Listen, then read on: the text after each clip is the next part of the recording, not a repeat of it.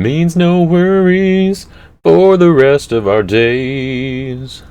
It's our problem-free philosophy. Hakuna Matata. Hakuna Matata. Hakuna Matata. What's happening, everybody? Welcome back to Redemption with Jaden. I know it's been a while since I've done a little musical intro like that, and some of you probably hate it. Maybe some of you like it. I don't know. I thought it was kind of fun, but we are doing something musical today, and also something philosophical, sort of. The goal of this deck, in addition to doing musical things on the offense here, as you can see, we've got some musicians in the building, getting some music leader and Asaph, David, Hannah, Jehaziel. I mean, Moses is also a musician, and then 24 elders.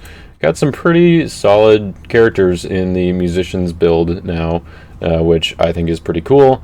And the partnership here, or the kind of philosophy of this deck, is going to be using those musicians as well as some Tabernacle priests. You might be thinking, Jaden, there aren't any Tabernacle priests in here. We're going to be using them with the Tabernacle to continually have philosophy available, and the Tabernacle priests are actually going to be coming in on the defensive side here. You can see we've got Abihu, the disobedient, and Nadab, the wicked. And so something that maybe not everyone has noticed, maybe you haven't noticed before if you're looking at the Tabernacle, because it's a good fortress, you would think it works only with heroes, but it actually says if your Tabernacle priest, doesn't have to be good or evil, or musician enters battle, you may exchange a good card in hand with a single brigade. Teal or white enhancement from discard pile or reserve cannot be negated. So, because we now have some Tabernacle priests that are evil, which, I mean, I guess we did before, technically, before rotation, and now we have them in rotation, and we have actually playable versions of them, at least in Abihu and Nadab. I don't know, I'm still not necessarily sold on Phineas and, I can't even think of the other guy's name, Hophni, there we go. See, they're just that bad. They're okay, I think, but I think in this particular build, I didn't really need more than two, I don't think, and I went with Nadab and Abihu because I think they are superior in most cases, in most ways that you want to build. I mean, if you're trying to like prevent enhancements and play some CBP stuff, that's definitely a way to go, with getting back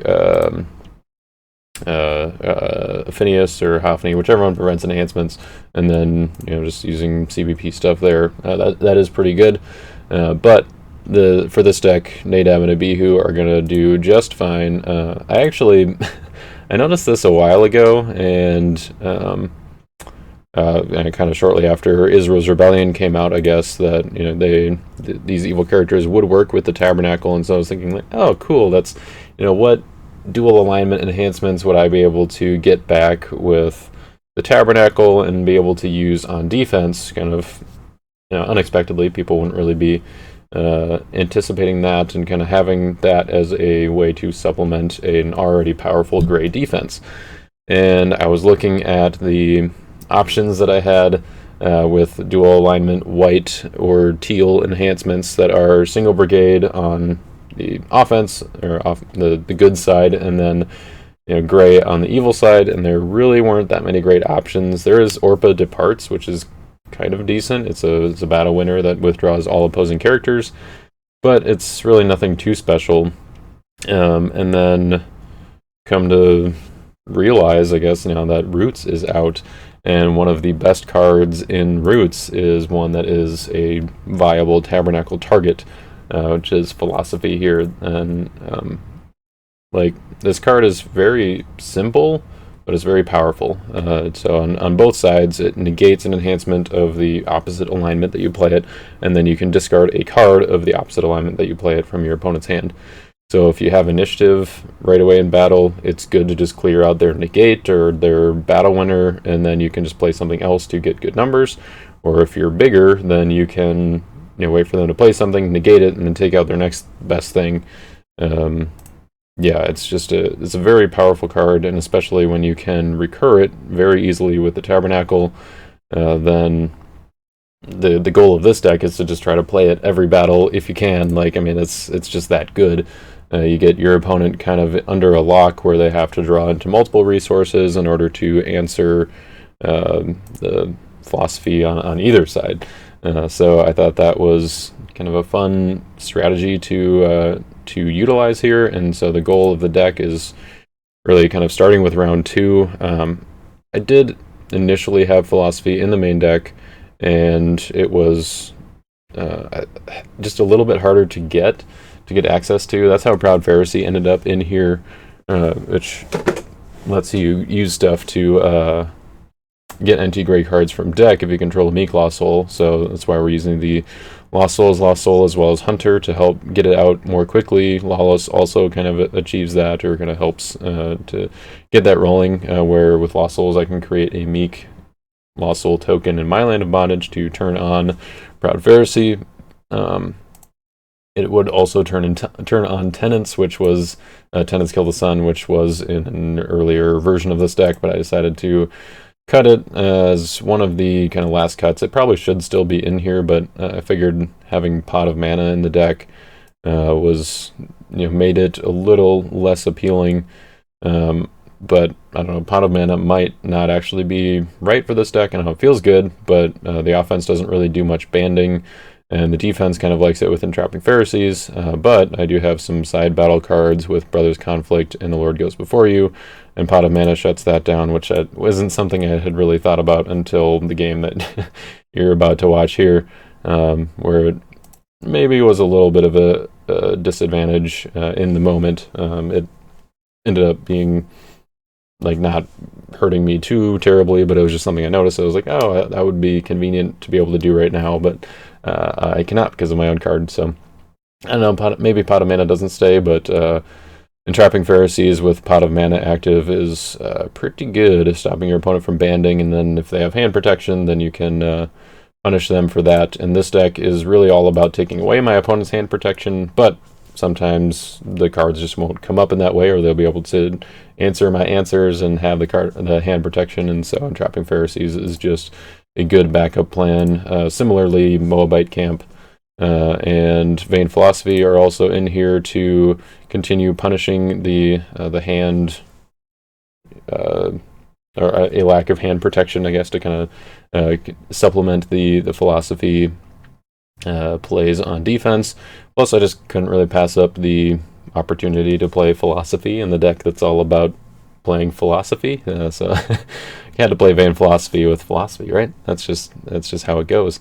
In all honesty, maybe this should be Shipwreck. I think my ways to deal with Storehouse are pretty much just Satan's Seat and 3 Woes. I guess Plot to Kill can technically deal with Storehouse if I'm able to play it in battle and not pass initiative. Maybe if I play it in a side battle or something like that. But most of the time, it's just going to hope that Satan's Seat is able to stick around. I'm able to get it out. That's actually another issue, that Satan's Seat is... I don't have anything in here that tutors for it, so I just kind of have to, I guess, Crowd's Choice, but that doesn't really count. But just being able to get Satan's Seat out early enough to be able to negate Storehouse, or be able to get 3 Woes to kind of buy some time until Satan's Seat comes around. But yeah, I don't know. Maybe Shipwreck is better, just because hand protection is very superfluous. People want to run hand protection, and for good reason, because of cards like Philosophy and Matthew and Hannah, Teaching in Parables. Although I guess Teaching in Parables kind of has a negate aspect to it as well that doesn't really hurt it as much. But and then like Nazareth is probably one of the bigger ones right now that people want to be able to protect from. So Satan's Seat is a good answer to that. It also works against like the Crowd's Lost Soul or other characters that protect your hand and deck and all that kind of stuff. So that is kind of nice to have that blanket protection negate. Also negates Nazareth, which this deck wants to do a lot of searching, especially with Music Leader.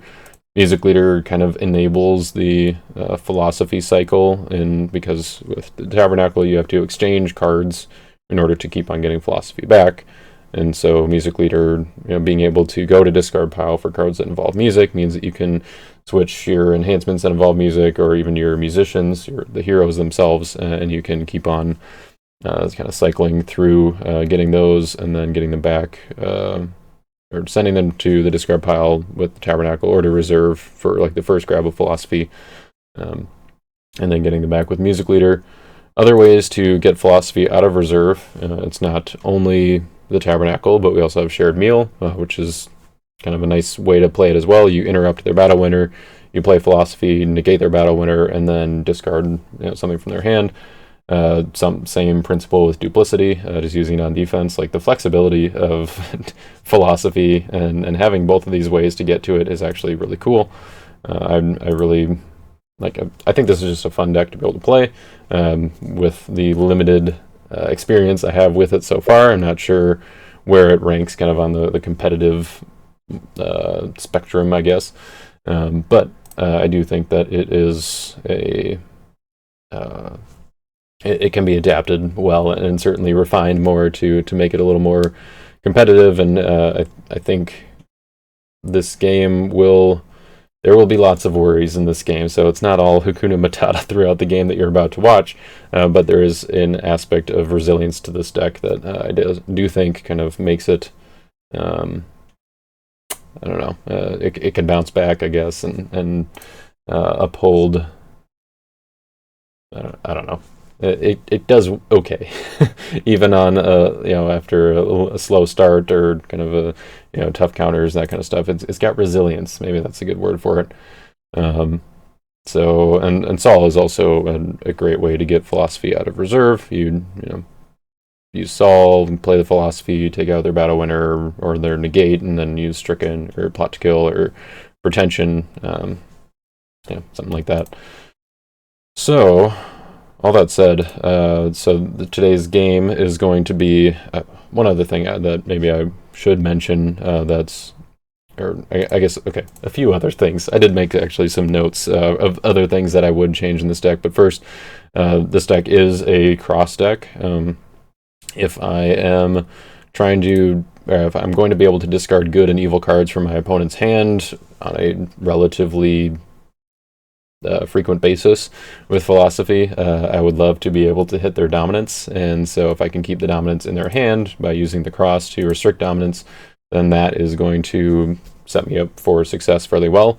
I did have Lacking Prophecy in the build initially. It ended up being cut. It's maybe something that I would toy around with trying to squeeze in. Maybe that goes in over Pot of Mana. So it's another. If you're not familiar, Lacking Prophecy restricts players with more than 4 cards in hand from playing Dominance. So it's kind of it's similar to the cross, but there's a little more leeway or way for your opponent to work around it. But it's also an enhancement that happens to be gray and also crimson and brown. But so I can use it on defense to shuffle all prophets in play, cannot be negated. I do have Saul and Lion Prophet, Moses, and David, so it would affect me a little bit. And also Jehaziel is a prophet as well. Who knew? This Second Chronicles 20 guy. He is also a prophet. So it would get shuffled by and Samuel, I guess, in reserve here would get shuffled by Lacking Prophecy if I did use it. But obviously, I'm only using it in that context if it's winning me a battle, and it's probably going to be worth it. So, and it also, the enhancement would get tossed by the cross because it cannot be negated. So there's that as well. But really, the idea would be to do the dominant restricting. So maybe Pot of Mana comes out for that, but also it has to be active in the artifact pile, whereas Pot of Mana can be over here in the Tabernacle and would get the protection from Glory of the Lord and all that kind of stuff. So we've got plenty of ways to search out the Tabernacle. I did consider putting in Egypt, but that was kind of before I cut Storehouse and a few other targets for Egypt. I think I had Noah's Ark maybe at one point in order to have come with Abraham that can kind of help keep getting either cards that I exchange to reserve out, or I can keep getting Samuel out if I want to go the Hannah and Samuel route. Haven't decided if that's really worth it. But kind of on a related note with that, talking about the first Samuel heroes, I did also consider swapping in David's Tent and David the Psalmist for Land of Moab and David Heart After God. David the Psalmist is the one that if David's harp is active, you can play a enhancement that involves music before the block. But there really aren't that many enhancements involving music that I would want to play before the block here, like Hate Wickedness, maybe, take out an evil character in their territory before they have a chance to block with it, but they can still come into battle and negate it with something else. The Lord Goes Before You is maybe the best one to be able to play pre-block, but also it's pretty good in battle because it's like a non-special initiative giving battle winner, which is crazy good. So I don't know. It's that was something I'd thought about, but ended up just sticking with David for now. I do have Land of Moab also in here to get Moabite Camp out of reserve, so I've got options there. If I already have my David, then Land of Moab isn't just a dead card later in the game. But the upside of David's Tent, in addition to being able to get David the Psalmist out and also Hannah out early, it can get Samuel out of reserve, and then it's also a little bit of value. You get the draw 1 if you attack with a lone first family hero, and then it's also a good card. So if I do draw it late in the game and it's not really going to do me a whole lot of good, I already have my first family heroes, or I've already got Covenant with Abraham, getting Samuel out, and all that kind of stuff, then I could just it is a good card that I could exchange with the Tabernacle to keep getting philosophy back. So that was another consideration. Ended up just sticking with Land of Moab for now. If I did do that, I would probably take Moabite Camp out of reserve and instead put in Pagan Sailors to kind of utilize stocks more effectively, I guess, by, you can block with Pagan Sailors. He lets you activate an artifact from your artifact pile, so you activate stocks and you can capture the character in battle. Seems pretty good, especially if I do have Pot of Mana active, because it makes it so that they can't ban and they have to have special initiative, but it's to negate stocks, which is a little bit harder to target than if I were to play a capture enhancement in battle or whatever. So anyways, that is the other, I guess, reason that stocks is in here. It might seem kind of random. It is nice against cards or like characters in territory that would inhibit or disrupt Music Leader, like a Cloud Moses or a Jonah or any other kind of search punishers. It's a nice way to take care of those. And also, because it is limit twice, I think I actually got this idea to include it from watching one of Tyler's videos where he was talking about stocks, and he was like, oh yeah, you can use Lost Child Found to bounce it and be able to use it twice again, because it's just limit twice, not twice per game, so it doesn't reset, or it does reset when it goes back into hand or deck, when it goes back to face value. So if it leaves your artifact pile, maybe don't quote me on that exactly, but like if it goes back to your hand or to your deck, and you get it back, then you can the limit resets, so you can use it 2 more times. A much easier and probably more effective or better way to do that than with Lost Child Found is to use the 24 Elders, which lets you shuffle an artifact from hand or artifact pile to negate evil cards. So you use stocks once, you capture somebody, you attack with 24 Elders, shuffle it back into your deck, and then you can reuse it however many times you can draw back into it. And I thought that was pretty cool. Once you do use it for the second time, though, when if the limit hasn't been reset, then it does discard itself right away. So it doesn't just like sit there unable to be used and then you can shuffle it later. You can only use it once, then you shuffle it, and then you can use it again, shuffle it, and so on and so forth. I thought that was kind of cool. So if you're playing a Musician's deck or just a deck that wants to play 24 Elders, stocks might be for you. Might be a good artifact if you've got space for it. This deck can put Cross on Golgotha, it can put Pot of Mana or Book on the Tabernacle, it can put David's Harp on David, and so my artifact pile is going to be pretty open most of the time. Like sometimes I might have either Book or Pot of Mana over there, but stocks is nice to just have that option, and it just gives me something to utilize my artifact pile for, because I don't want it to go unused. And I don't think cutting Golgotha or Tabernacle is the right play here. So, that is, I think, everything that I wanted to talk about. I'm going to look at my list here. Yep, I think we're good.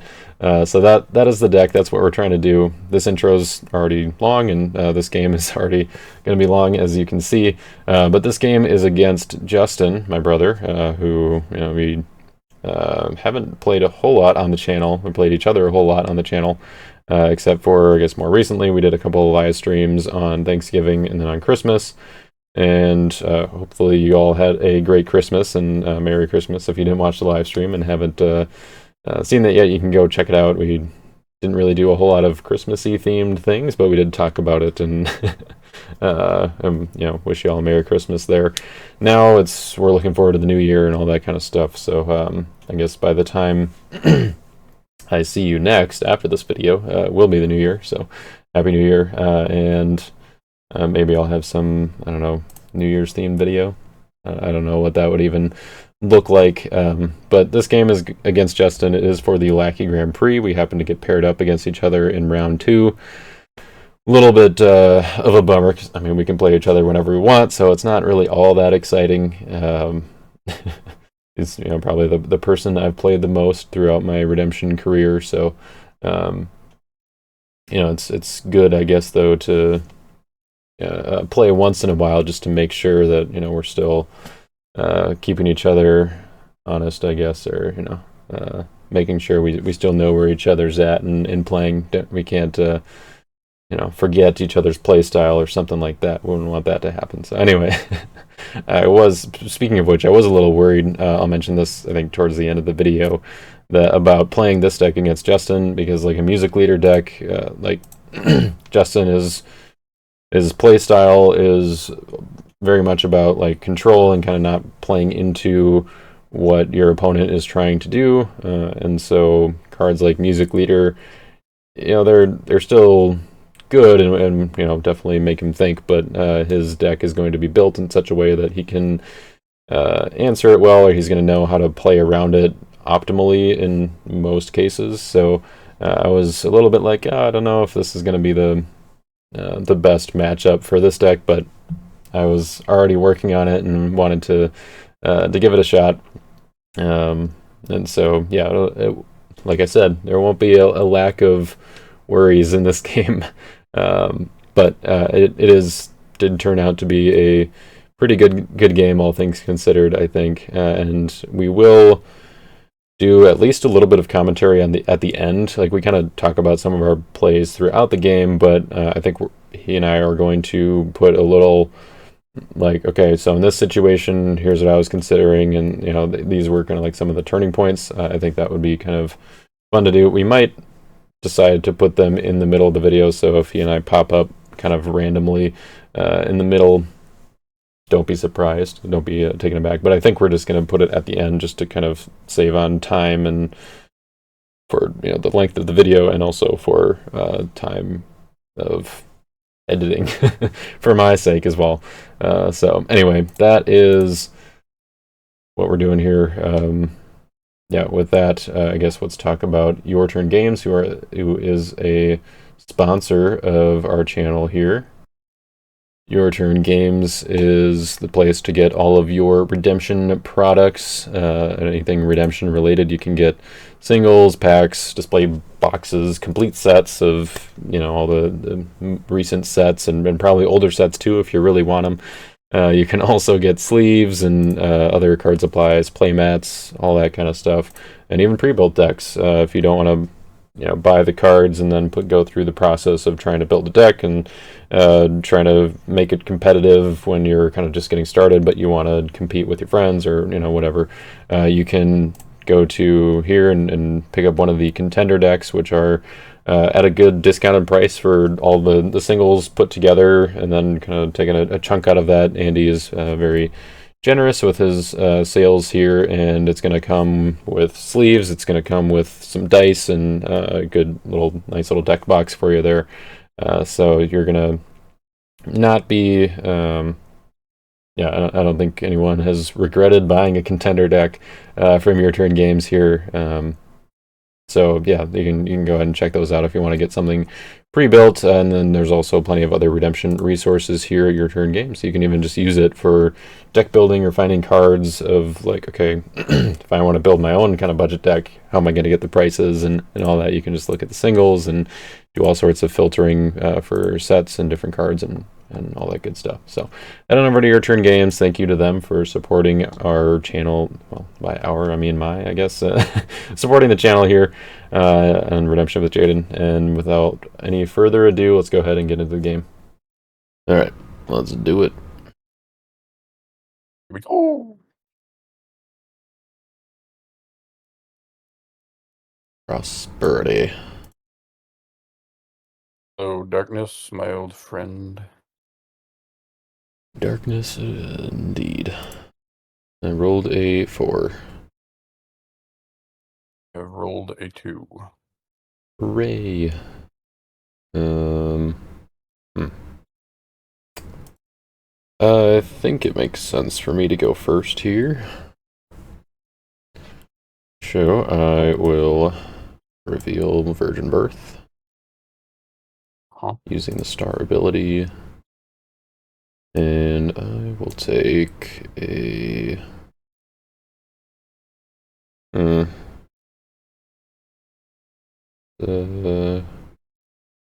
couple good options here. I think I like this David's Harp the most. Put those back on top, send the Virgin Birth to the bottom, and it is now your stars. And I will do Gyrus, Scattered Sheep, and then Amazing Faith in that order. Wowza. Alright, we are here interrupting the video, doing a little bit of in-the-moment commentary, so Justin thought it might be interesting to talk about his decision on the star abilities here. What you got? Yeah, so going second, my priority at this point is to try and slow down Jaden's opening turn. I didn't know what deck he was going to be using, but obviously most decks these days are trying to utilize a quick setup on turn 1. And so that was my priority. So with that, obviously the Gyrus is not really a decision there, just, reserving his top card. But I decided I actually only had Gyrus was my only hero. But I decided to use the Scattered Sheep star so that I would know what was in his hand and hopefully take out the best hero, whatever best option he had for a turn 1 rescue. Whether it was going to be like an Angel of the Winds or a Moses or Pharaoh's Daughter, anything that is a likely turn 1 hero that could accelerate him. And I just figured if I was going second, I could always draw a hero on my first 3. And even if I didn't, I just felt like the way that I had my deck built, the longer the game went, the more I would be favored. So, especially since Gyrus is not a super strong attack turn 1, I had Gyrus's Daughter in my reserve. I wasn't going to be able to go to my reserve on turn 1 anyway. So I just felt like it was worth trying to slow him down, potentially sacrificing a turn 1 rescue by underdecking my only hero. And then the Amazing Faith, which is a card I just love, decided to use it on myself to pull out the Dull Lost Soul. It's a Lost Soul that can really make people have to be very particular with how much they search during the battle. And as you'll see, it definitely plays a part in this game quite a bit. Yep. Alright, reveal my top.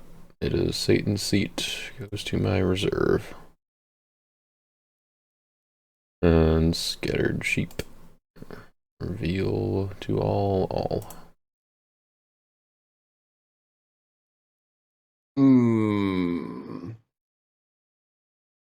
think we go ahead and... You didn't have that darkness. This would be nice. I'm going to underdeck David. Cool.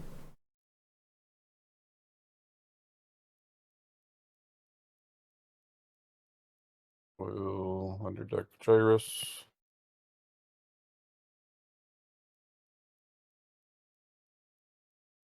Mm-hmm. And I will Amazing Faith target myself. Pull Lost Soul out. Seems good. Alright, so my Lost Souls will trigger. I'm gonna do Hunter first. And let's go to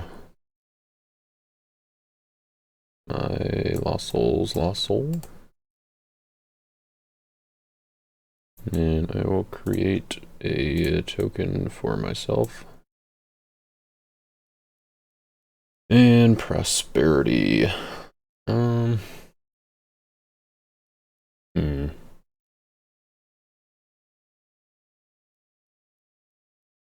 Normally Prosperity should be relatively easy for this deck, but you've made it slightly more difficult. Yeah, I think I'm just gonna discard Angel of the Winds. Draw 2.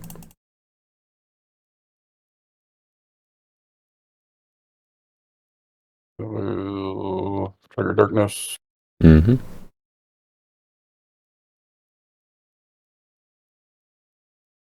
Grab this guy. Seems pretty good. Alright, 5 minutes in and I get to begin my first turn. Perfect.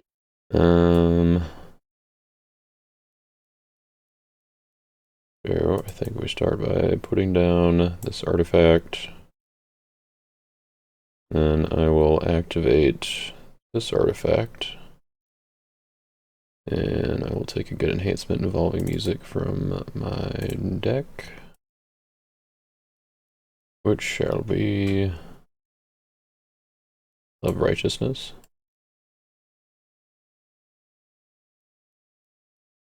I will put down the 24 Elders. Play my territory class enhancement for the turn, which will be the Love Righteousness. And I will get a music leader.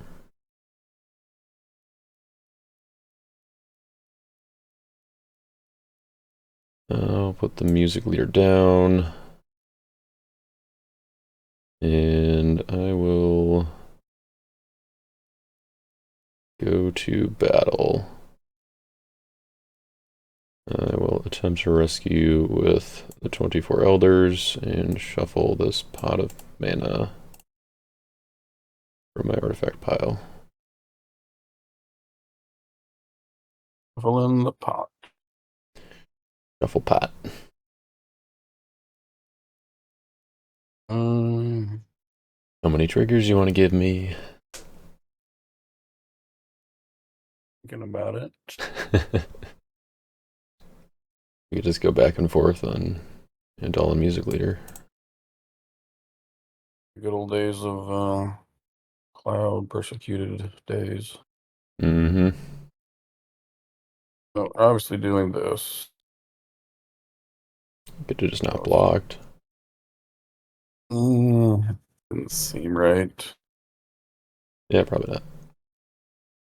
I think we go.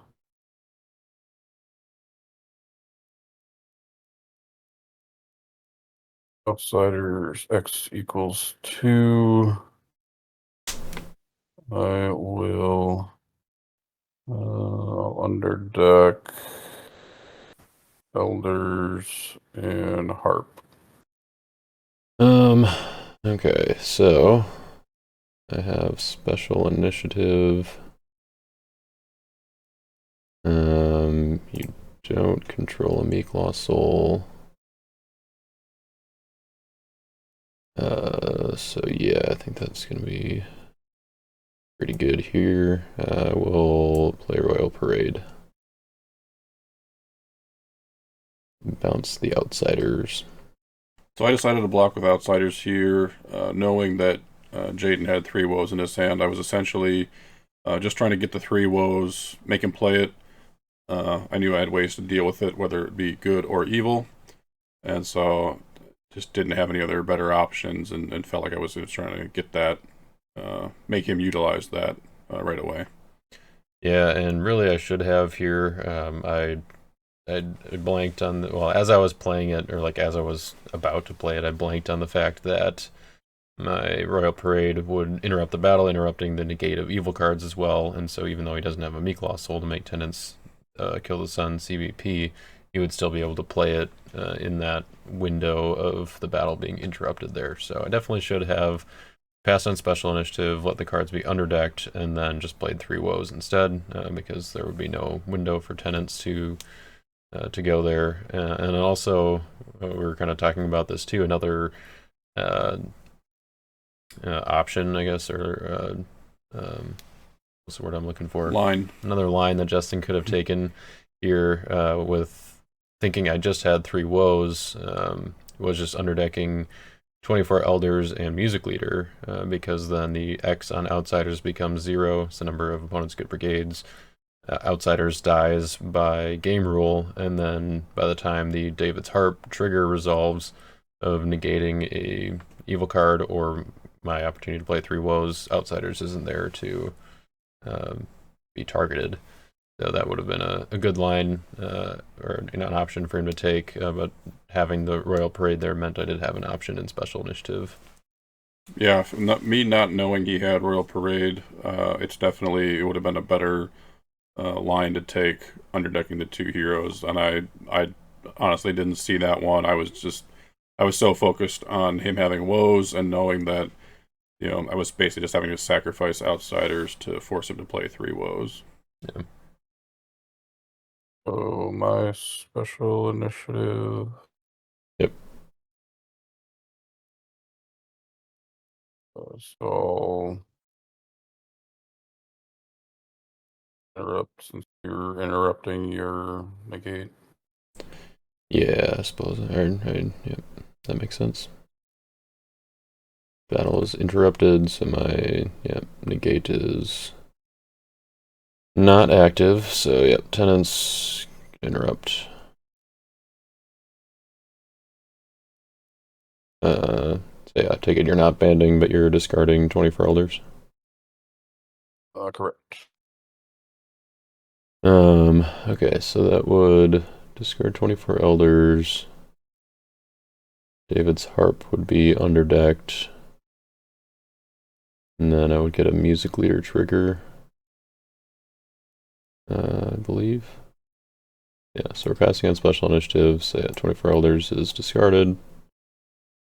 Royal Parade gets discarded by game rule. Outsiders then reactivates, underdecking David's Harp. I have a Music Leader trigger on the Deceiver search now.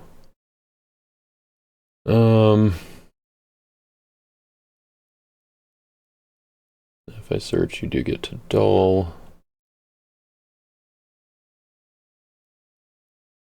Yeah, I think that's still worth it. We'll go to deck. Let's go to discard. Grab the Love Righteousness and the Royal Parade. And then I will. I guess yeah, you have your dull trigger. Yep.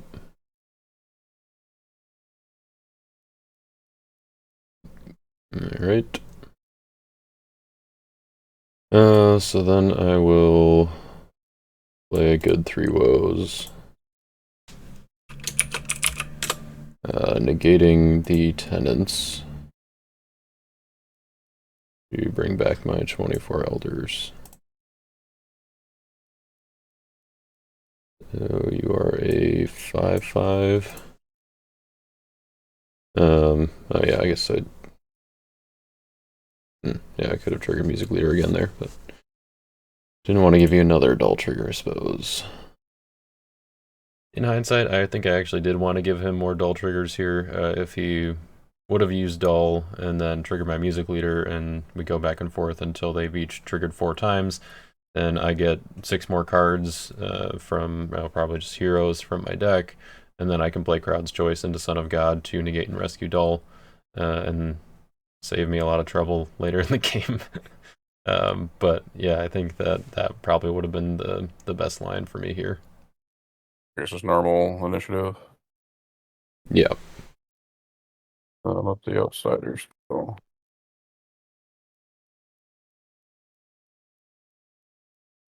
Okay. Outsiders down. All right. Already played a territory class this turn, so I won't be doing that.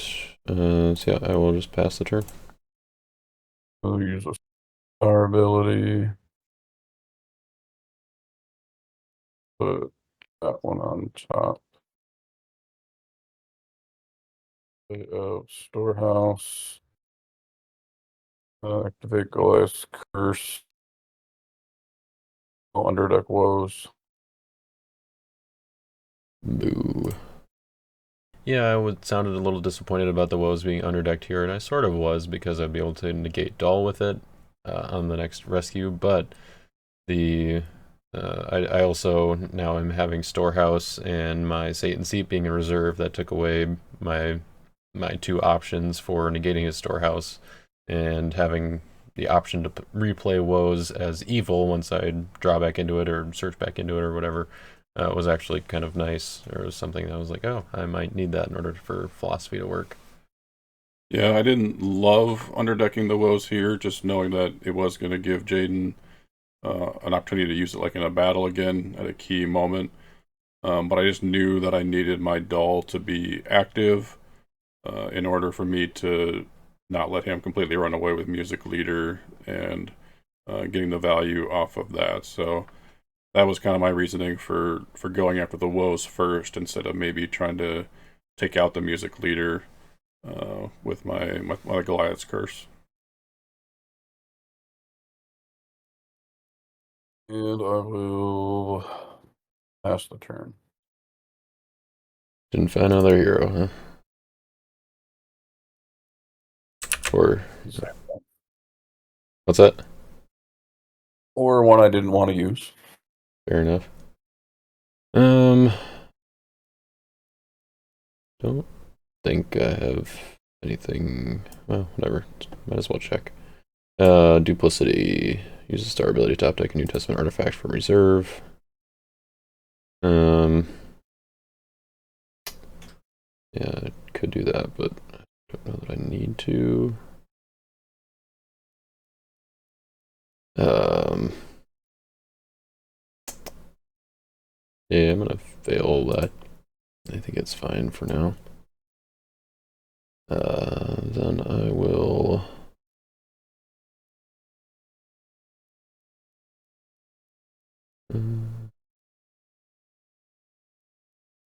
Down the Tabernacle.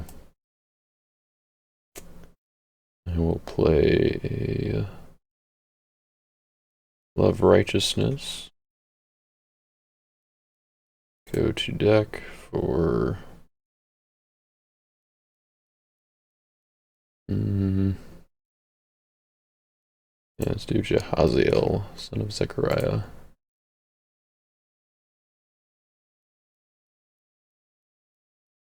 Yeah, looking back, I definitely should have gone with Asaph here, I think. So Jehaziel is nice to get the hand look and then the prevent, but obviously Justin's hand is protected. I don't want to use a look ability anyway, because that would trigger Dull. And I was thinking he would just be low on evil enhancements at this point, because he, had to make him use a couple of, a couple enhancements, or I guess just the one in the last battle, and he didn't have any others other than the Goliath's Curse that he searched for, and so with only the draw 3 on his turn, I figured maybe Jaziel was the right way to go, but between having Shared Meal, which is an interrupt and can go to an enhancement involving music and reserve, and then Royal Parade, which is an interrupt that and a battle winner that involves music, I think Asaph would have been the better option here. And I will go to battle. And I will attack with Jehaziel. Trigger on my Tabernacle. I think I'll pass on that.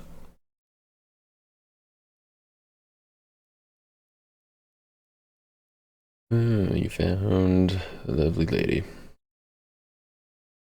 Like 3. 3 indeed. Your initiative. Oh, I suppose. Hold on. Do I want to trigger music leader here? Dulcel just kind of makes things awkward. Could you search for that I really care that much about, though? Yeah, I am going to use music leader. We'll grab Love Righteousness from discard pile. I'll trigger Dull. Okay.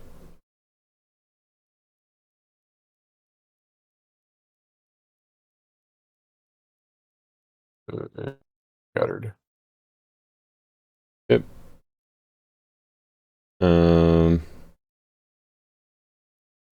Yeah, I'll trigger music leader. We'll go to deck. Might as well, right? Let's do David, and the Lord goes before you.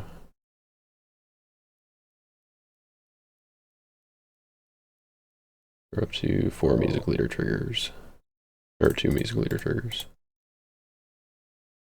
I'll use my second Dull. Sure.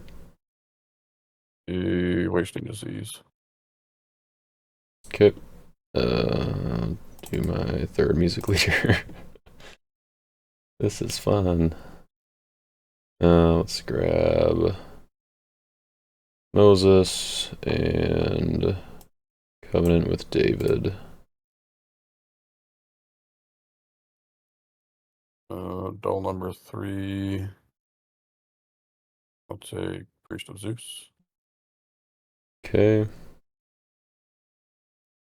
We'll do music leader number 4. And get like good cards, right? Yeah. Okay. Asaph and Anna.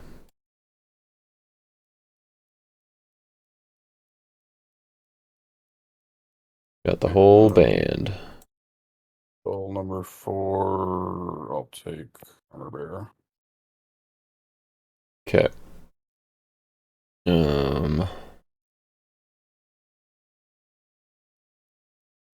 Think I will play a dominant then. I'm going to Crowd's Choice as good or evil, doesn't really matter here. Do it as evil. I will grab the Swoes back. And we'll play it as evil, negating your Dull.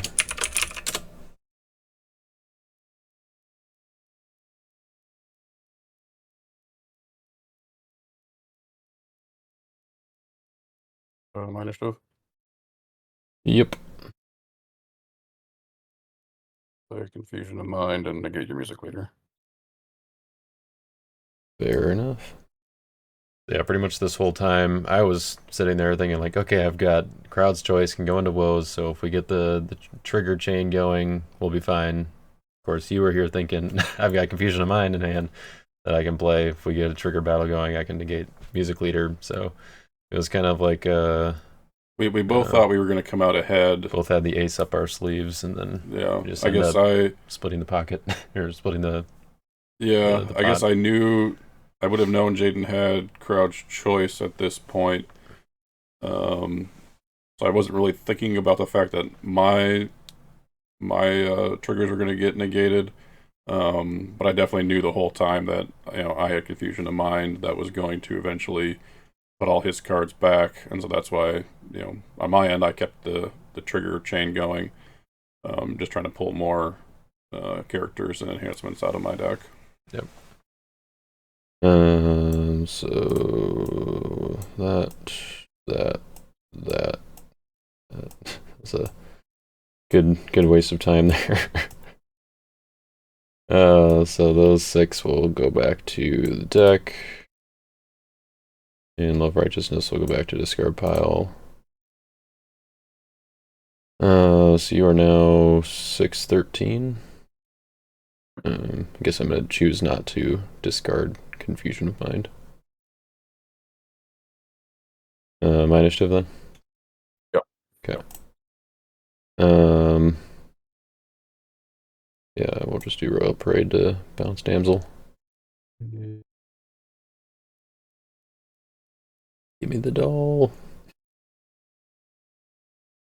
I don't know if I'm done fighting over it yet. I'll play dominant. Yep. That one. Wow. Committing. That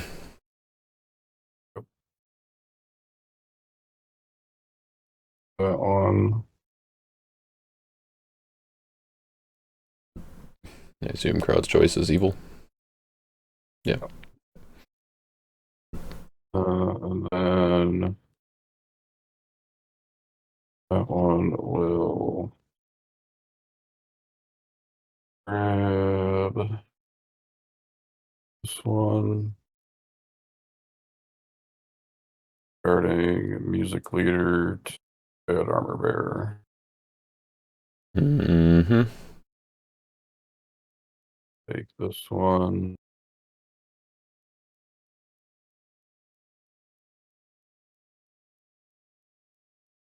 To him and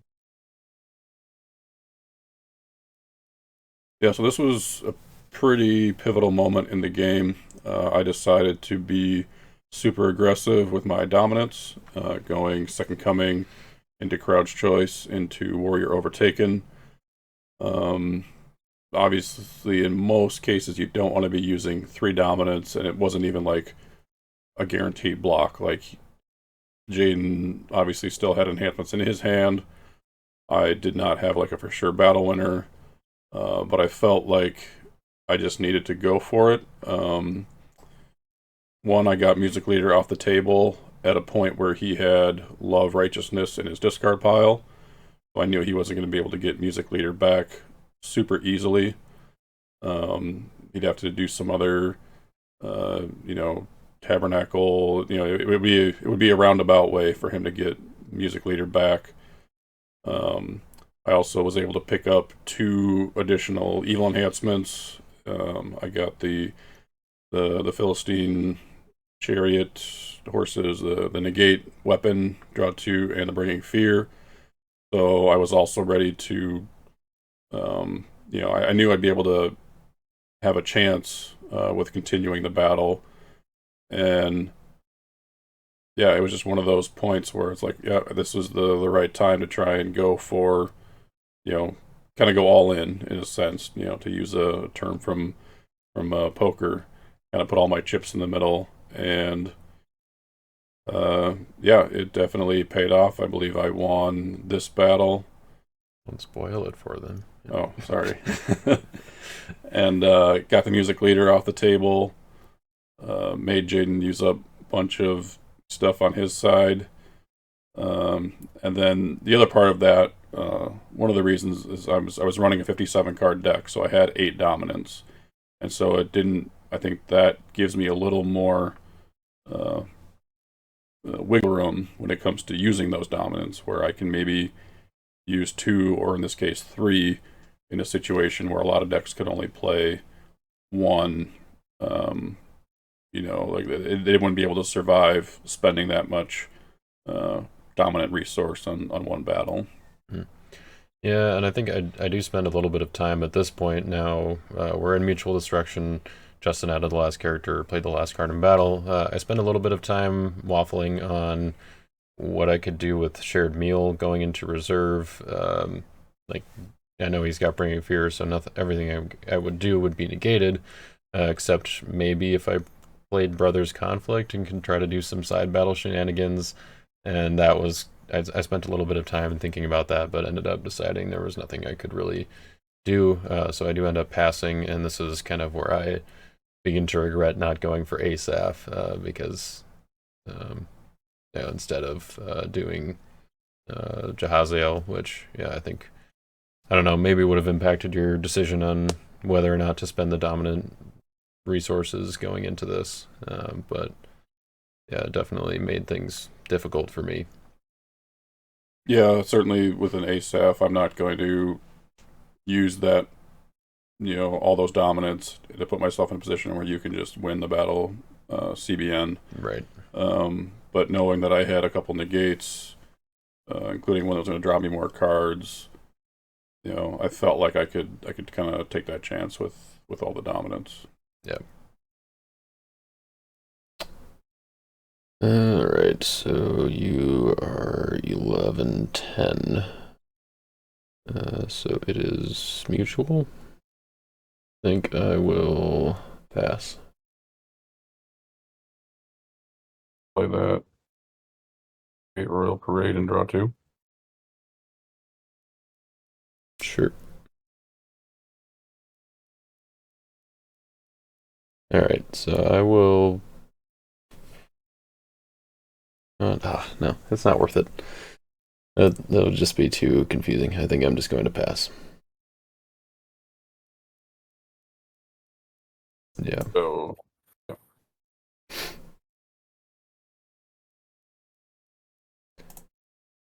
don't know if I should have. Uh, yeah, maybe I should have done something there, but I don't know. We'll think about it later. All right, I will pass the turn. Yeah, here I was. This is kind of what I was talking or thinking about too. Is do I play shared meal now that Damsel's back in battle? I could shared meal back, and go into something that could remove Akish. But if I play shared meal, it interrupts the battle, which would interrupt chariots, which would put Damsel back in his hand. So if I do go to hate wickedness or something in reserve to take out Akish, then he does get special initiative on Akish, without Damsel in battle. So that was kind of the consideration here. I was like, okay, is Damsel the last card played? I don't think so. And then I was thinking, well, is there anything I could do in a side battle at this point? And yeah, there's nothing that I don't think it was worth the investment. I think he would be able to just negate it too easily with bringing fear and that kind of stuff. So Dread Soul. I will. which notably is not what it does. The Yeah, yeah. I'm deciding what to exchange with. Yeah, I'm just pulling it up for people can read. Say you can exchange a card from hand with an evil Egyptian from deck. This was the first first print version that Justin has in the deck because it does kind of look cooler. But, like losing the cooler ones. yeah, but sadly, it slightly confusing. Slightly. Yeah, I don't have to show you what card I exchange, right? I don't believe so. So I'll put a card on top. I mean, I guess I would just take the other card out first and then move a card from your hand, or like basically just show that they're not the same card. I think is the only stipulation. Oh. But if I already had this one, I would not have done it. So, well, I mean, yeah, obviously I know that, but I'm just saying for clarity, I guess. Storehouse will take a flying scroll. Mm-hmm. We'll put down an artifact. Found a hero, guys. Woohoo! Let's go ahead and first sacrifice you. Well, that's rude.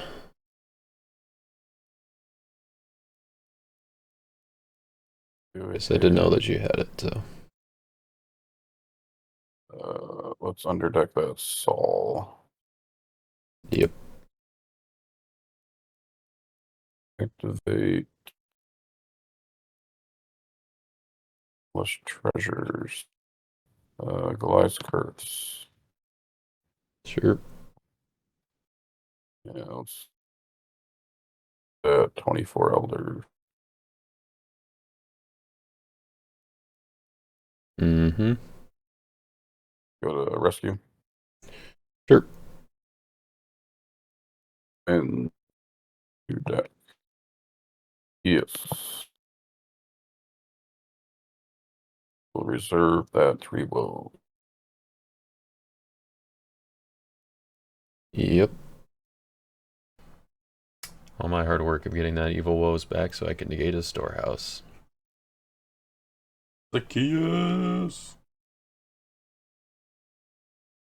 That'll be my rescue. Sure. We'll block with Abihu. And I will trigger Tabernacle. Change this shared meal with a philosophy in my reserve. Ooh, tricky. Alright. Using faith. Grab the 3 woes. Sure. Ritual, your initiative. Sure. We'll play the philosophy. Get up to 13 toughness. Emmaus Road. That's right, yeah. Right, you top decked that one. Take the teaching, and we will reserve the Abahu. Sure. You can have prosperity. 11 in hand. Oh, that guy down that you know about. Feel like in the spirit of fairness and sharing, Christmas and all that, you should give some of your 11 to the guy who only has 1.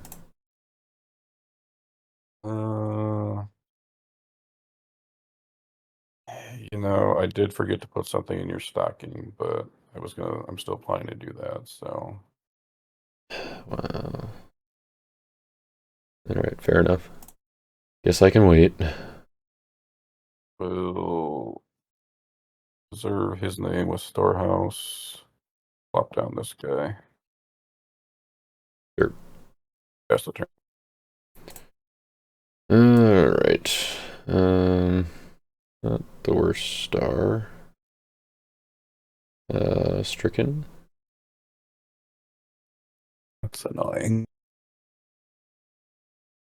Um, Also draw a hero to make it worthwhile. yeah, that's what I'm trying to figure out here. Unfortunately, I don't think so. I needed that woes, man. He knows you needed it. Mm-hmm. Well, I guess we'll try to slow you down a little bit. Put down a pot. And I'll pass the turn. I think at this point, pot favors me. Maybe. But Storehouse, take his name. if I'm not attacking, then I don't think it really, makes a difference. Yeah.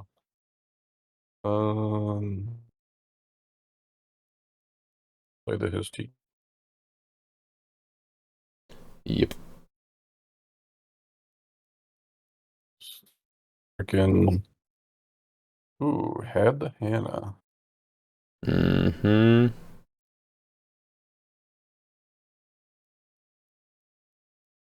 And I'm just gonna head out there for a second because we also have this guy. Sure. Reserve your top woes to get teaching back. Oh, good. Just to... Is that insult to injury here? Yeah, that was rough. I don't... This deck doesn't really have many ways to get Son of God out of reserve. I think it's pretty much his crowd's choice, which I had already used, so...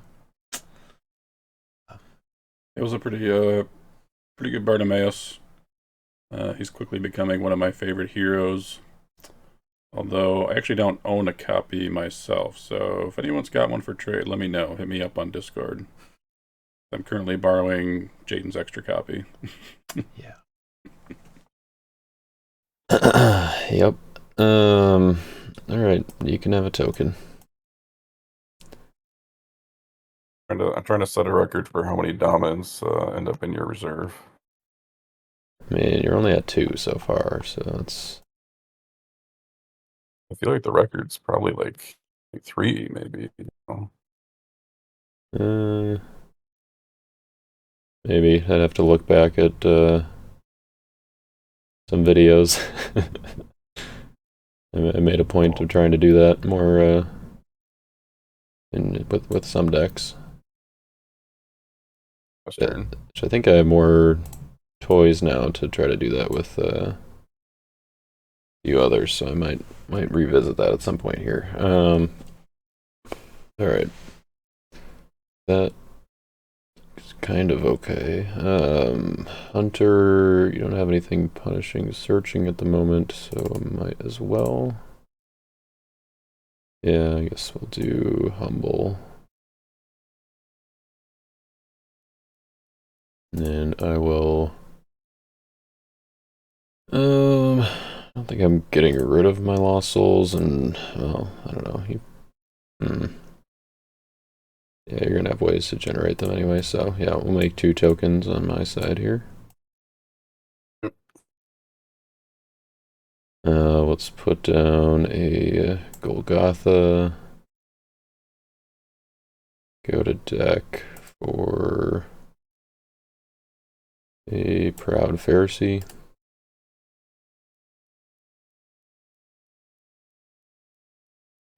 And we'll put him in territory. Yep, I suppose I will go to battle. That's cool with you. Alright, we'll do David. Convert him to Meek.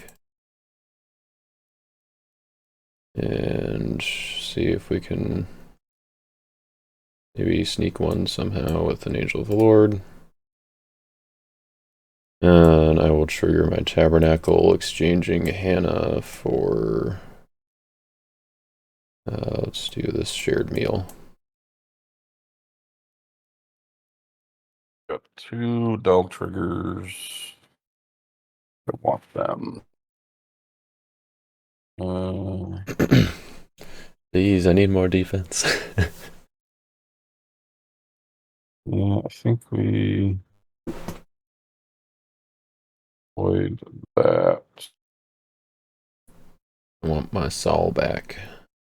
So at least this way, if you do have a murderous command to use, you gotta discard one of your own heroes, so. I'm well aware. I'm thinking. I'm totally willing to do so. Darn. I'll block with Buying Profit and attempt to discard David. Okay, so special initiative. Do the shared meal. Interrupt. We'll play something from reserve. Guess the question is whether or not I think you have the murderous command. Or you have a negate of some sort. I suppose you could have stricken. That would be a negate. You've got 28 left in deck. Oh, we're doing math now, huh? Doing well, just yeah, probability and all that. Interestingly, my pot of mana does actually kind of hurt me here, I think. Like, I think I would have a better option if I didn't have that, but maybe. I guess I'm not entirely sure how that would work, but I guess if you do have stricken, then that would go back to that. Yeah, alright. Let's do it this way, because at least this way, if you have the one card that I think you might have, then you have to burn a dominant to do it. So yeah, we'll do Hind's Feet, negating other cards in battle. So that negates Slime Prophet, negates my shared meal, so Hind's Feet goes back to my reserve. And then I will play Angel of the Lord on Lying Prophet. Or sorry, I guess you do have a dull trigger before that. Yeah, let's see. So if I dull, you get a proud. Probably. Yeah, I'll take a dull trigger. Cool. Hind's Feet. Okay, so Hind's Feet is negate all. All other cards in battle, yep. Big. This guy. Is it Priest? Okay, so I will trigger my Proud Pharisee. And I think we go with going to deck.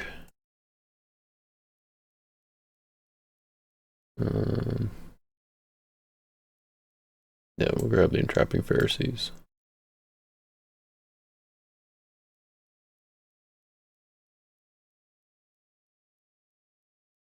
Okay, so then I will play Angel of the Lord on Lying Prophet. You do have it, huh?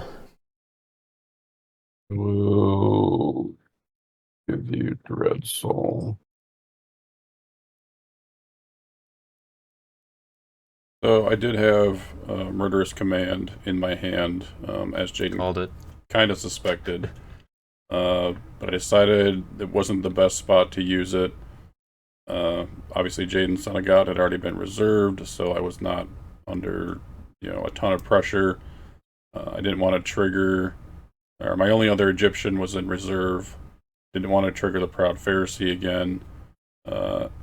Adding Amalekite Slave doesn't really accomplish much because he's got the Hind's Feet, so he's negating cards in battle.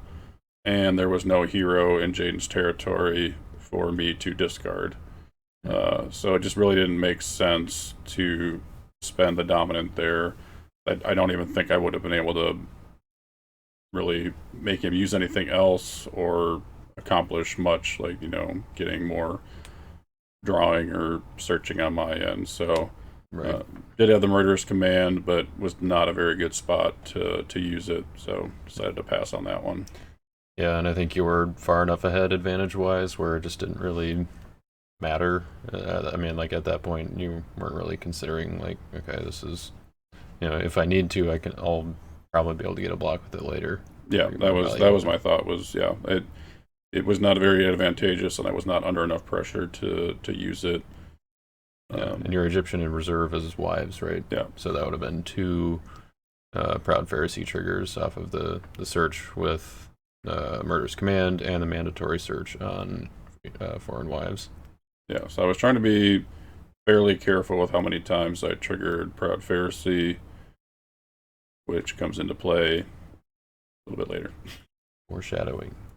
All right. Yeah, I guess since I know you've got teaching, then I put trappers in territory and hope for the best. Pastor. No stars. His name. You grabbed his name from reserve with Storehouse. Yep, sorry. Nice. I'm a Proud Pharisee trigger.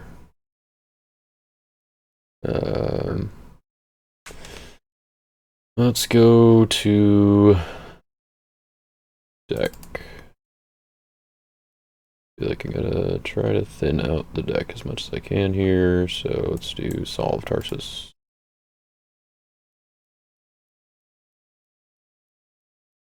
So this was a bit of a misplay on my part. I knew, yeah, I knew one of the cards in Jaden's hand was the enhancement I think Duplicity. Yeah. I knew about that one. What I didn't know was his last card, and I was just kind of, I don't know, maybe I thought it was still a good enhancement that I kind of lost track of what cards I knew about in his hand. What I wasn't thinking was that it would be another evil character.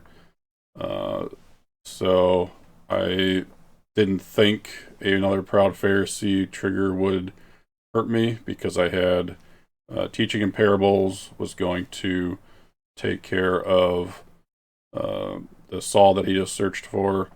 I was going to activate Flying Scroll to take his Proud Pharisee, and then I was going to use Zacchaeus to reserve the Entrapping Pharisee. So I thought I pretty much had all three of his characters, and then he had the fourth character, which ended up making a pretty big difference. So if I don't use that storehouse trigger, then I would have won this upcoming battle. Spoiling again? Come on, man.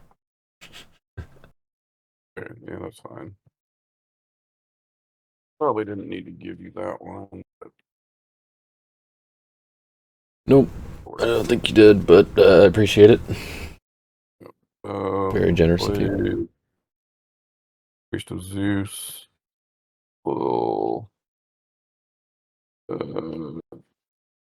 teaching negate Golgotha, yes. Reserve the Saul. You say negating Golgotha? Yeah. Do you rather just negate Proud Pharisee? I said what I said. Okay. Reserving this all? Yeah. So we got Nadab the Wicked is also a target. Oh. Throwing that out there. I didn't know you had another evil guy. Yeah, we'll still go with Saul. Okay. Saul is reserved. I'm going to activate Flying Scroll and take the Proud Pharisee. I see. We'll rescue with Yes and reserve the trappers.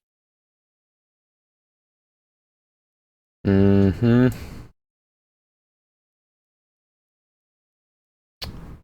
Alright, well, we'll give it a shot. Nadab coming out. Guess I will. Should I reserve the bottom card of my deck? See if I can hit another dominant. It's reasonable. Nah, I think we'll pass on that. My initiative.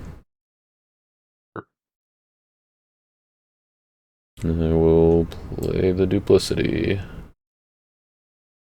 And play an enhancement from reserve.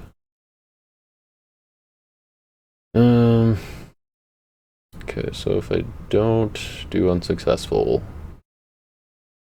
then I would get to draw two. We get a Priest of Zeus trigger. You could hit something. Most of my things don't really matter though. Draw two is probably more important. But you might have a negate. Do you have a negate is the question. You haven't played Woes yet? Yeah, I guess I'm gonna take the sure thing here, so well, unsuccessful.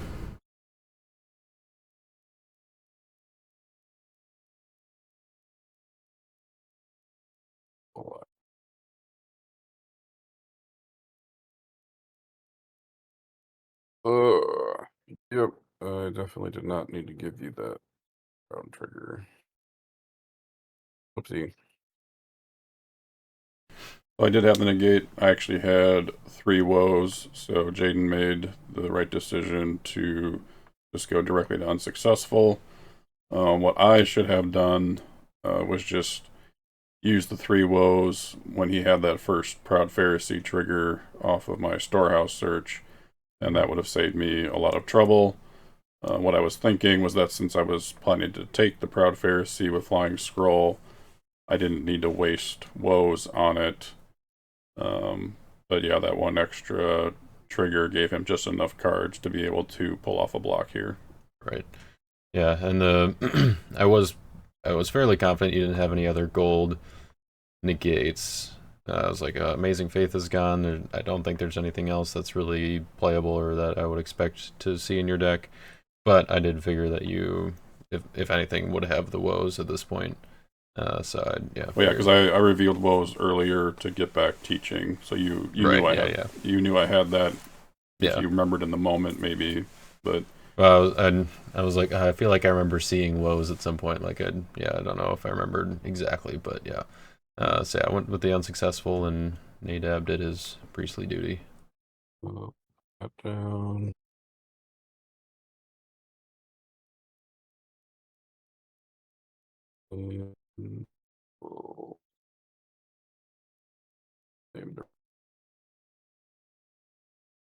Go ahead. All right, so get to draw 3 cards. I need one of them to be Second Coming, one of them to be a Lost Soul.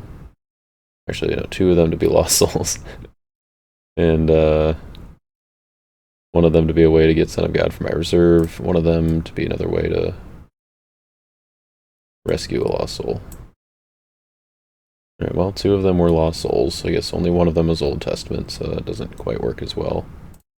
But I will create a Lost Soul token in your Land of Bondage off of the Complacent Entering, and I will Lawless myself off of that Entering.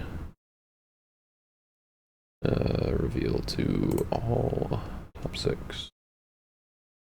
Ooh, Vain Philosophy, tempting.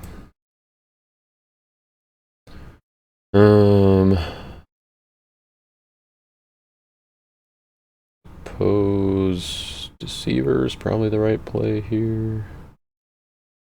Retention would also be nice if I had Pharisees still. But yeah, I think we go Deceiver. Those to the bottom. We have Dominant before we change the phase. I suppose. If you must. Like to negate that Lawless and rescue it. Mm-hmm.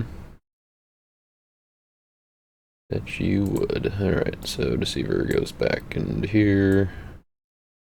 Let's go back on top.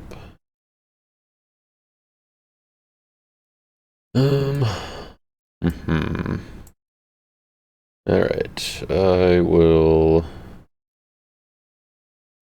turn over the pot. Up, down. Pot is down. I will activate a stocks in its place. And yeah, I think in order to have a shot at things, I need to capture your Priest of Zeus. I think I'd like to play another Dominant. Sure. A good woes. 8 stocks. Okay, 5 dominance down. That Complacent, I figure it's better play it now. Does that count as, let's see, that count towards the limit if it was negated? It probably doesn't really matter. I guess then in that case I will just go to battle. Let's do Moses. And I will search.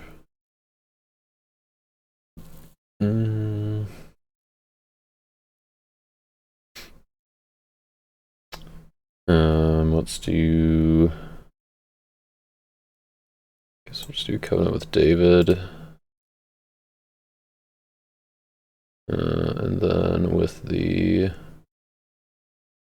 I will not band the Tabernacle trigger. I will go to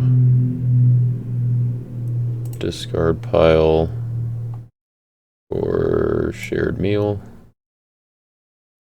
And we'll exchange Covenant with David.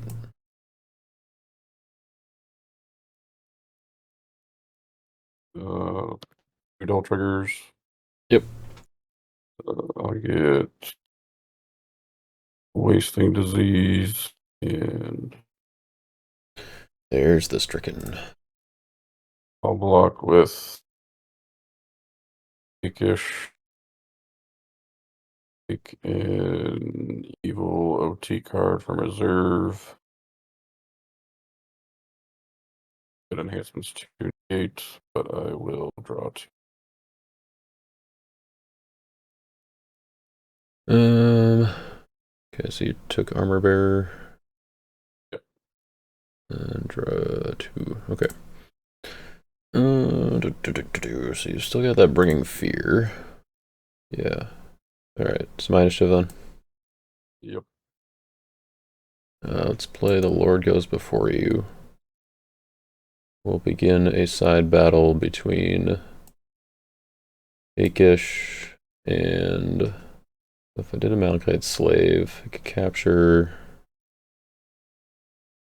and go to who? Don't know if there's anyone really left out, but... Malachite Slave is if blocking. Oh, that's true, yeah. And so is Proud Pharisee. Oh, lame. Alright, well, in that case, I guess we just do the priest. My initiative. Short. Alright, I will let the priest die. And then the Lord Goes Before You trigger. We'll banish this to discard Akish.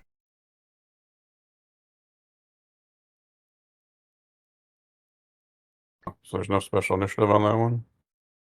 I believe that is correct, because I don't think we go... Like, I don't think Akish makes it back to the main battle. Yeah, so that is how it works. So the after battle part of The Lord Goes Before You, or we confirmed this and paused the game. The after battle part of The Lord Goes Before You is before the characters return to the main battle. So you're still in the side battle when they're being targeted for the discard, which means that there's no opportunity. It's like during battle resolution of that battle, so there's no opportunity for special initiative there. Kind of similar to the way that like Blood Avenger is working now, which makes Lord Goes Before You a pretty strong rescue against like solo evil characters or even two evil characters that are banded, as long as you don't give your opponent initiative.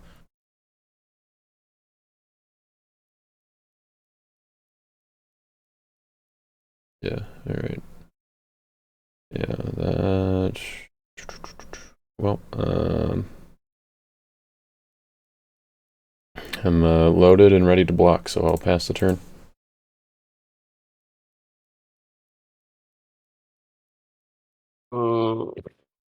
I need to give you any more meek soul, so I'll pass on harvest. Oh, bummer. I'm gonna keep those on. Probably negate my Nadab. He's pretty threatening. Yeah, I'm gonna negate complacent. Oh, darn. Activate wasting. Yep. Down. Rescue is a reserve Nadab. Yep. Dominish. Sure. Okay. We'll give you this Meek Colossal. That Vain Philosophy Storehouse. Yeah, I figured I'd just make you sweat a little bit for negating the complacent, yeah. Yeah. With my one shared meal in hand, yeah. Moses. Alright, Indicating your own proud Pharisee, man. yeah, no, so silly. Pass turn. Nambo for here. Wow. Hmm. Hmm, hmm, hmm.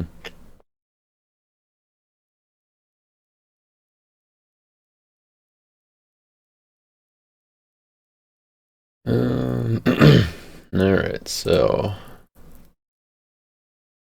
story here is how do I get Son of God out of my reserve? The answer is I don't think I honestly might not have a way. But I think I will stocks to. Well, do I do stocks? Do I really care about any of your characters at the moment?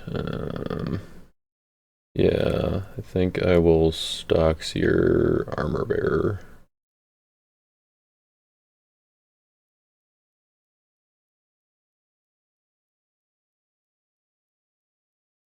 And then I will go to battle.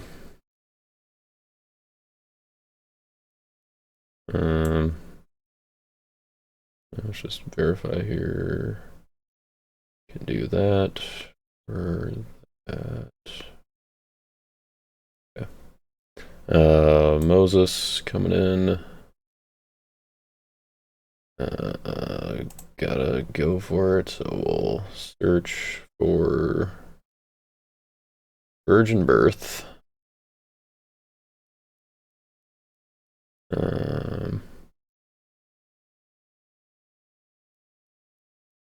And then Tabernacle trigger for perhaps the last time.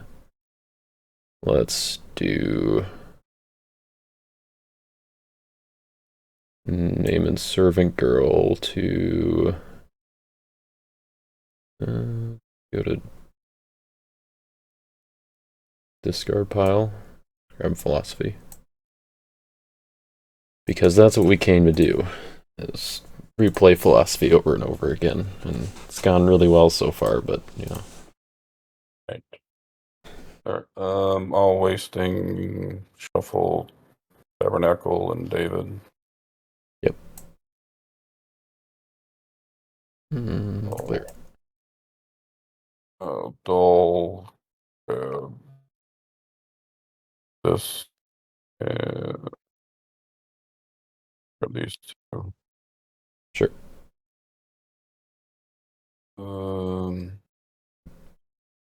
Or 10.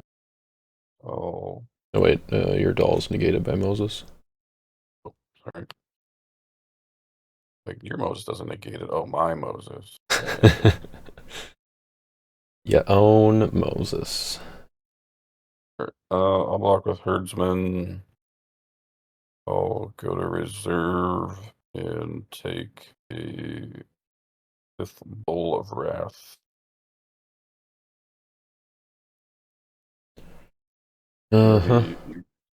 Your initiative. Let's see, I went first, right? Yep. Alright, so yeah, this will be the last round, I guess, anyway. Mm-hmm. So you are a 5/6, so it's stalemate.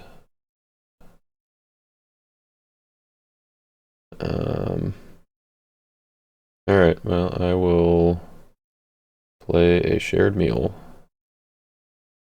and go to reserve for hate wickedness and attempt to banish a herdsman. So the dream here was Justin blocks with a different evil character other than herdsman, maybe like a Malachite slave or something, and then searches for a different character to block. Then I can use shared meal to grab brother's conflict from reserve and bring herdsman in on my side and go to Son of God in reserve. I think he kind of I mean, I don't know that you sussed that play out necessarily, but you were at least thinking like, okay, I need herdsman to not be uh like that's one of the ways I can get Son of God out of reserve. Yeah, it crossed my mind that if I somehow blocked without herdsman, um, or or I guess no. What I was thinking was I was trying to think if Jaden might have a way to ban to my herdsman. Oh, sure, on my block. On yeah, on his block. I was not kind of thinking about the side battle stuff, even though I mean he played Lorcos before you, obviously, so it was kind of on my radar a little bit, but it did cross my mind like I need to be careful with him finding a character that can band to my herdsman. I wasn't really expecting that, having seen obviously the defense that he was using, but just being aware of the fact that if he somehow got my herdsman into battle, it would allow him to get Son of God out of reserve. Yeah, and so just the way that side battles work, because he blocked with herdsman, I wasn't able to do that. I have to, if your opponent only controls one evil character in battle and you create a side battle, you can't uh, control that evil character in the side battle and have your opponent control a different evil character that you brought in from either their territory or your hand or your territory or wherever. So side battle rules are a little bit confusing, but yeah, because he blocked with herdsman and even searched with herdsman, even though he, because herdsman was the only character in battle, I wouldn't have been able to control herdsman in the side battle, and even if I did, I don't believe his ability would activate because No. it's a unique character. Yeah. Yeah, once a character's ability activates in the main battle, it will not reactivate in a side battle if it's moved to a side battle. Right. And then and the reason I even went with herdsman in this battle was one, I was going to get to take a card out of my reserve because Jaden used to search, and then he was my biggest numbers because bringing fear was going to be my play pretty much regardless of what Jaden played on with his attack with Moses. Um, I don't think I even had any more evil characters in my deck to go with the Malachite Slave. Uh, didn't have anything to back up Damsel, so it was pretty much just Herdsman or Ahimelech, the Philistine, and he's a 2/2, so Herdsman was just the natural choice to block. Sure. We'll use a Being Fear. Yep. So shared meal, it's negated as well, kicking herdsman or kicking hate wickedness back. You are up to 9 toughness. Oh, wasting the stocks. Yep. All right, I get it reset. Yep, that's why I did it for you. Thank you. Appreciate it. I'm going to play Virgin Birth. Not be prevented because of Humble. And I will take Nicodemus from my reserve. And then it is your initiative. Delane. Awful Moses. Sure.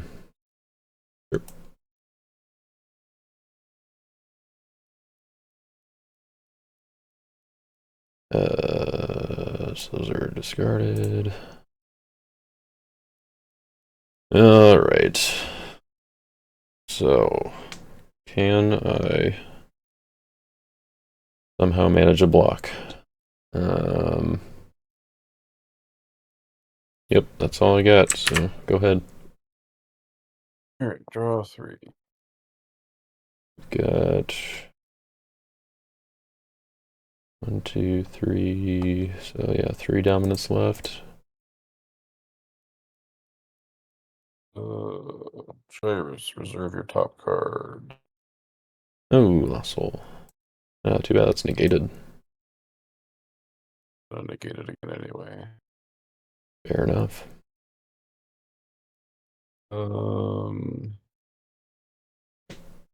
Storehouse. we need to worry about that. 3 woes, Golgotha.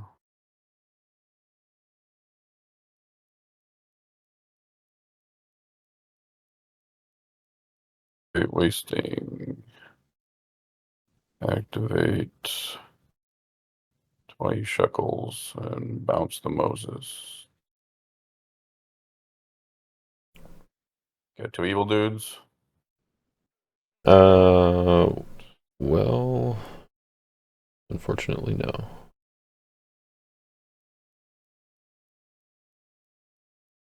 We'll play the Nicodemus as a hero. Okay. Right down yet. Let's play a Jonah. I'm going to rescue Before battle. If you're moving to battle phase. Yes, I would like to move to battle phase. Alright. Alright, well, I'm gonna play Second Coming. I'm gonna go to my discard pile for Crowd's Choice. You got a trigger. Are you? Yeah, I'll shuffle Nicodemus. Yep. So, now I have a decision to make. Basically, do I think I can get the block if I still have Nicodemus and timeout? You win 4-3. Or do I just go for Son of God, get the guaranteed 4-5 loss? But it's a full loss.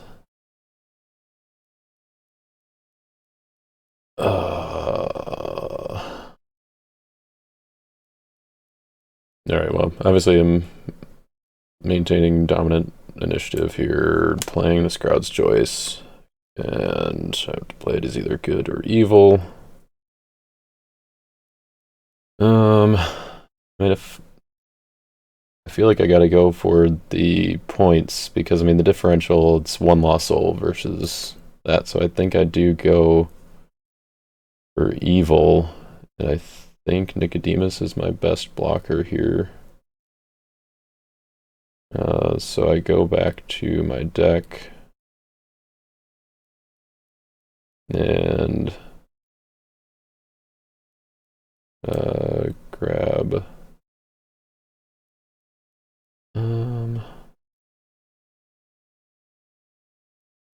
I guess I could go to Deceiver and leave my options open for your block. Or for your attack. I don't think you're protecting anything. Yeah, I guess we do that.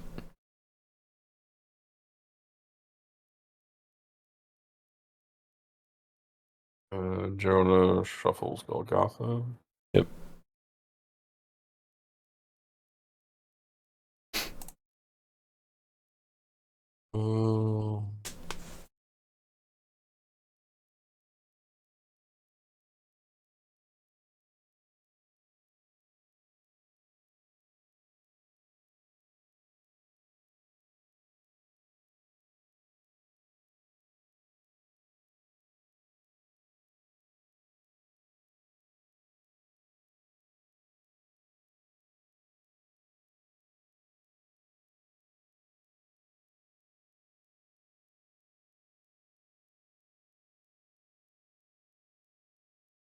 I'll go Widow.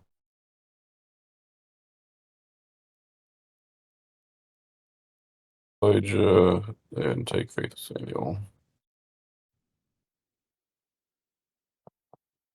Okay, so Faith Samuel's an interrupted band. Oh. Yeah, that's an option. Yep. So I think go with Deceiver. Go to Reserve for Trappers. And we'll show you this philosophy. Yep, so Jaden got me with the trappers on that final rescue.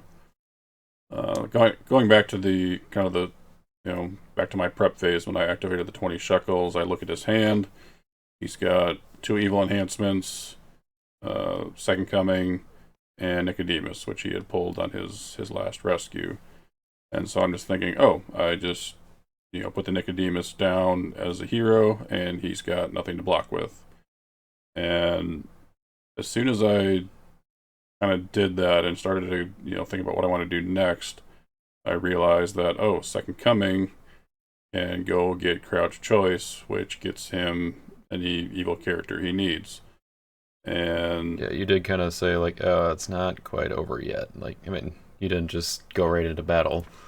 Yeah, I realized. Figure out what the line was. It dawned on me that Second Coming was just going to be able to go get a Crouch Choice to reuse that, and obviously, I had reserved a bunch of evil characters. I had tucked a bunch of evil characters throughout the game, so I knew Jaden still had evil characters. So the correct line is playing Nicodemus as an evil character with the 20 shekels, and then choosing him with Elijah, which off of regular initiative, I would have played Faith of Samuel, banded in Zacchaeus and Jeremiah. Jeremiah tosses the next evil enhancement, and Zacchaeus reserves Nicodemus, making it somewhat unnegatable, Right. at least with an evil enhancement, and then obviously complacent, stopping if somehow Jaden had gotten 3 woes, with Second Coming to Crouch Choice to 3 woes type of thing.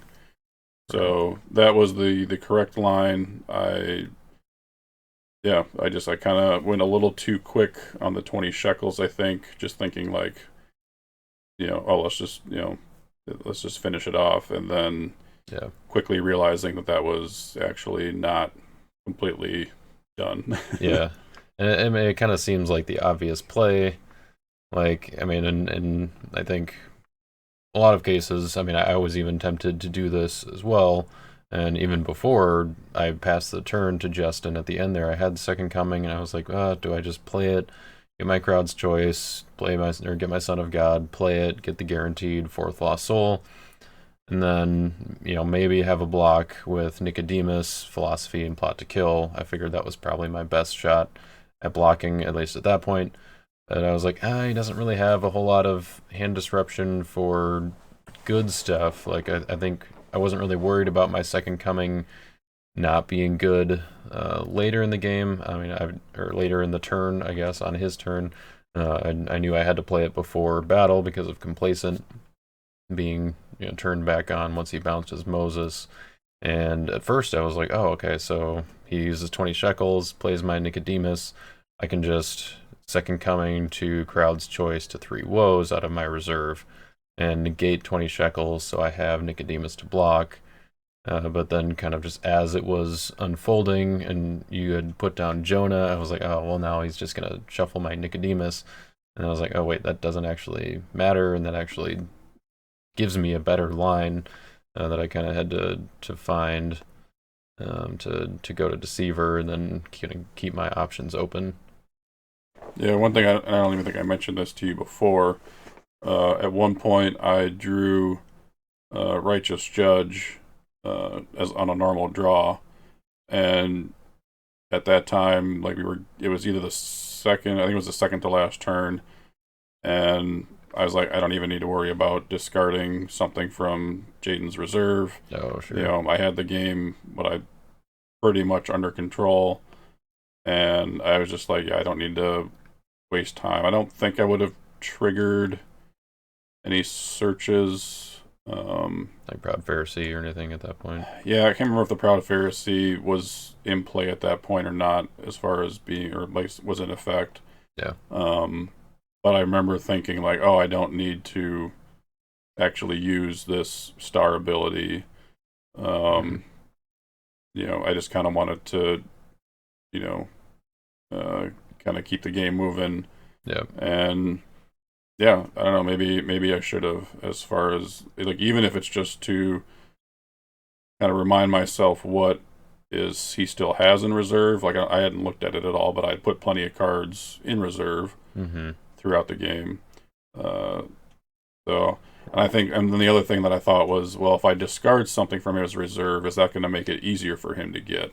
Yeah. You know, if I discard your 3 woes out of reserve, then it's a lot easier for Second Coming to go get it. Yeah. And Second Coming still gets it. Yeah, I guess Trappers would have been the, you know, maybe once you looked at my reserve, you're kind of thinking about that and like, okay, evil character is probably a safe bet. Yeah. For taking those out. Yeah.